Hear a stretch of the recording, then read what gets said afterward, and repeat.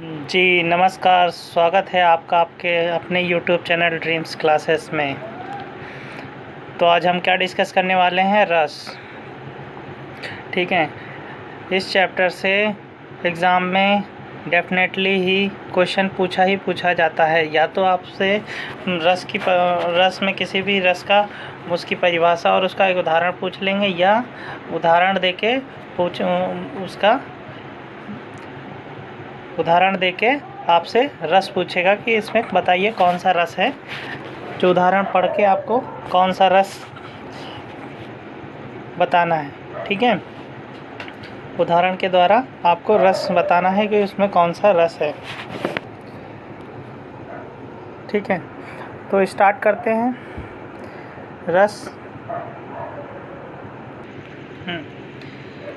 हाँ, तो स्टार्ट करते हैं ना।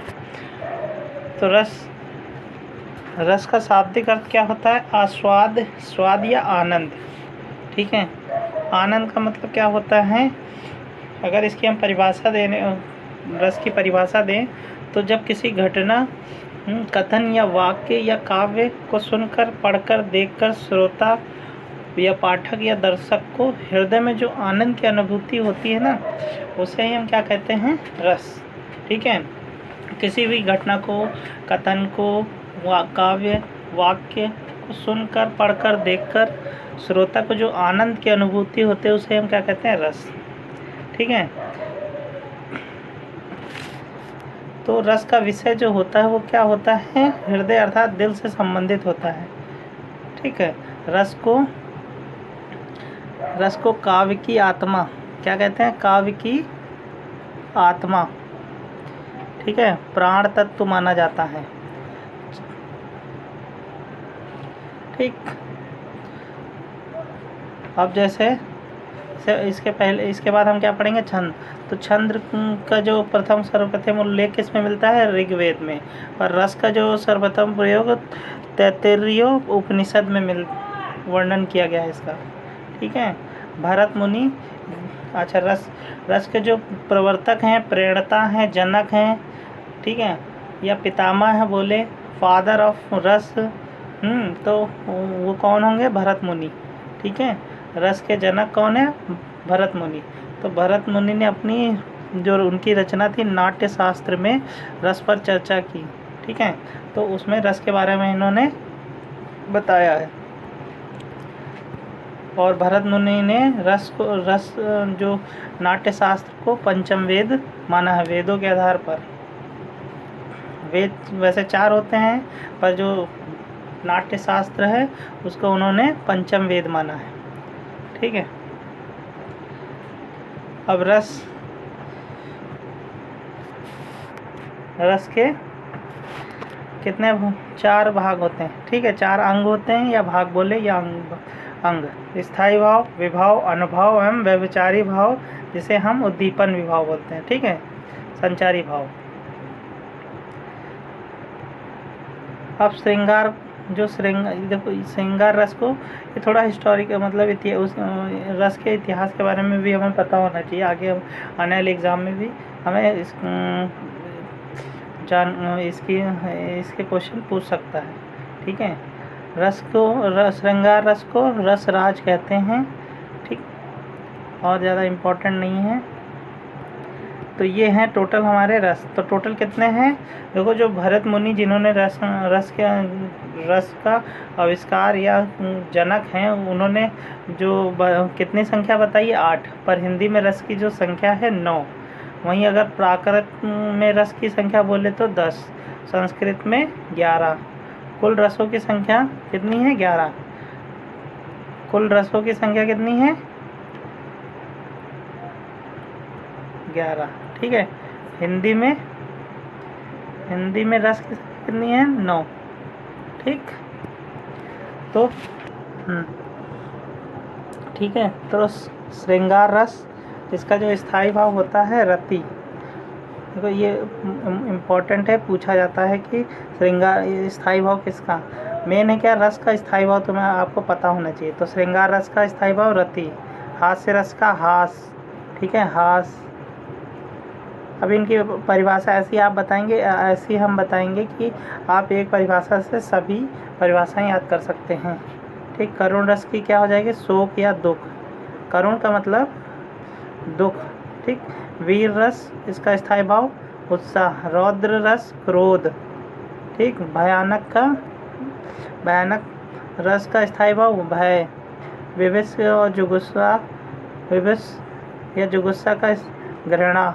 अद्भुत का विस्मय और शांत का निर्वेद। ठीक है, शांत रस का क्या हो जाएगा? निर्वेद, समन।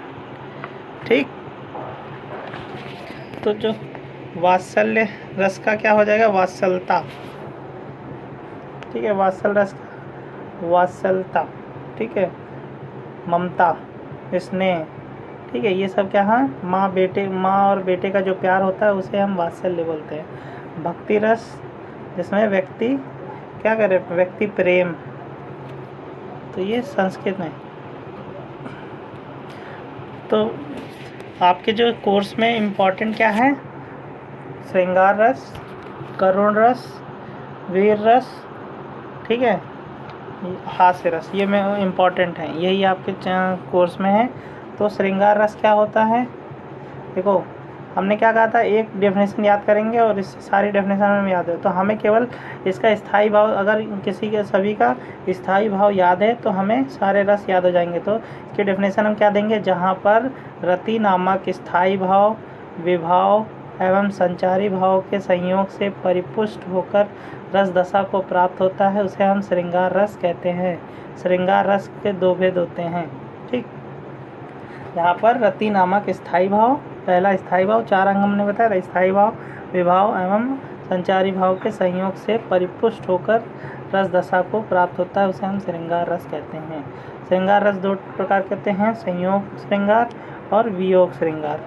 संयोग श्रृंगार जहाँ पर नायक, संयोग का मतलब मिलन, जहाँ पर नायक और नायिका के मिलन का वर्णन होता है वहाँ पर संयोग श्रृंगार होता है। इसका इसका उदाहरण क्या होता है? कौन हो तुम बसंत के दूत, विरस पतझड़ में अति सुकुमार, धन तिमिर में चपला की रेख, तपन में शीतल मंद बयार।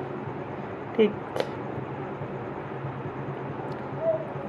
यहाँ पे मिलन हो रहा है ना, तिमिर में चपला की, तपन की, शीतल मंद बयार। तो ये उसके बाद नेक्स्ट वियोग रस, जहाँ पर नायक और नायिका के मिलन का अभाव होता है उसे हम क्या कहते हैं? वियोग, जब बिछड़ने का। तो हे खग, हे मृग, हे मधुकर श्रेणी, तुम देखी श्रीता मृग नैनी। ठीक, तो ये हो गया तुम्हारा वियोग। और नेक्स्ट करुण रस। करुण रस देखो हमने अभी बताया, जहाँ करुण रस का स्थायी भाव क्या होता है? शोक। तो जहाँ पर शोक नामक स्थायी भाव, विभाव एवं संचारी भाव के से परिपुष्ट होकर के संयोग से परिपुष्ट होकर रस दशा को प्राप्त होता है, वहाँ पर करुण रस होता है। ठीक है, ये इनकी डेफिनेशन आती है पूछने के लिए। एग्जाम्पल क्या हो जाएगा?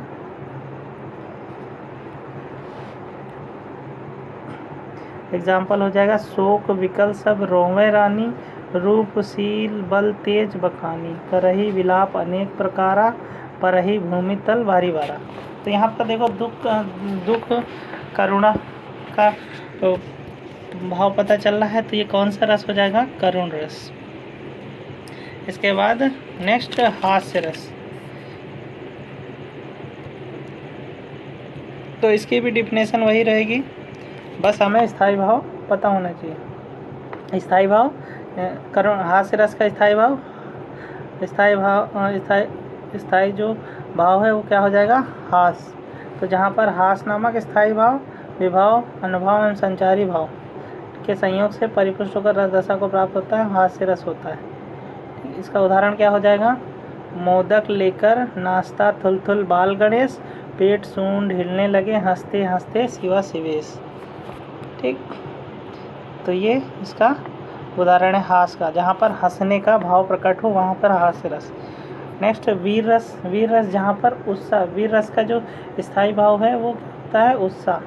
तो जहाँ पर हमें वीरता का अनुभव हो, उत्साह का अनुभव हो, तो वहाँ पर कौन सा रस होगा? वीर रस। तो स्थायी भाव, विभाव, अनुभव एवं संचारी भाव के संयोग से परिपुष्ट होकर रस दशा को प्राप्त होता है, वहीं वीर रस होता है। देखो सभी की डेफिनेशन सेम है, बस स्थायी भाव बदल रहा है। तो स्थायी भाव तुम्हें आपको याद होना चाहिए। तो इसका उदाहरण क्या होगा? चढ़ चेतक तलवार उठा, करता था भूतल पानी को, राणा प्रताप सिर काट काट करता था सफल जवानी को। ठीक है, तो यहाँ पर क्या उत्साह की अनुभूति हो रही है। चढ़ चेतक तलवार उठा, करता था भूतल पानी को, राणा प्रताप सिर काट काट के करता था सफल जवानी को। उसके बाद क्या आता है? शांत रस। ठीक है, तो शांत रस का स्थायी भाव क्या होता है? निर्वेद। ठीक, जहाँ पर निर्वेद नामक स्थायी भाव विवाह, अनुभव एवं संचारी भाव से परिपुष्ट होकर रस दशा को प्राप्त होता है, ठीक, उसे वहाँ पर शांत रस होता है। तो इसका उदाहरण क्या है? अवलो नसानी अब न नशे हो, अवलो नसानी अब न नशे हो। ठीक है, तो ये आपके रस हुए कंप्लीट। ठीक है, इनको 2 बार वीडियो देखिएगा।